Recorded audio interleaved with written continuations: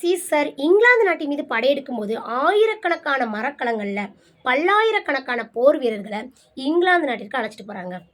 அங்க டோவர் துறைமுகத்திற்கு அருகில் உள்ள ஒரு குன்றின் மீது எல்லா போர் வீரர்களையும் நிக்க வச்சு அவங்க எதிரில் என்ன பண்ணாரு தெரியுமா? அவங்க வந்தாங்க இல்லையா, அவங்களை அழைச்சிட்டு வந்தார்ல மரக்கலங்கள், அந்த மரக்கலங்கள் எல்லாத்தையும் தீயிட்டு கொளுத்துறாங்க ஜூலியஸ் சீசர். அந்த மரக்கலங்கள் எல்லாமே தீயில எரிஞ்சு போயிருதுங்க. இதை பார்த்துக்கிட்டு இருந்த போர் வீரர்கள் என்ன நினைக்கிறாங்க தெரியுமா?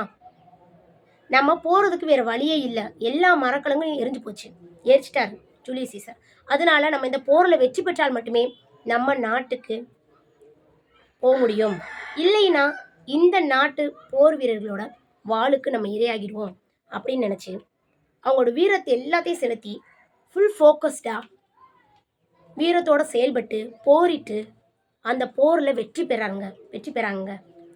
இதுலேருந்து நம்ம என்ன தெரிஞ்சுக்கணும்னா, எந்த ஒரு சாய்ஸ் நம்ம வச்சுக்கிற கூடாதுங்க.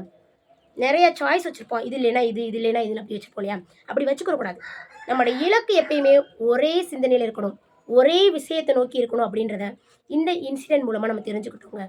இந்த கருத்து பிடிச்சிருந்தா லைக் பண்ணுங்கள், ஷேர் பண்ணுங்கள், சப்ஸ்கிரைப் பண்ணுங்கள். நன்றி, வணக்கம்.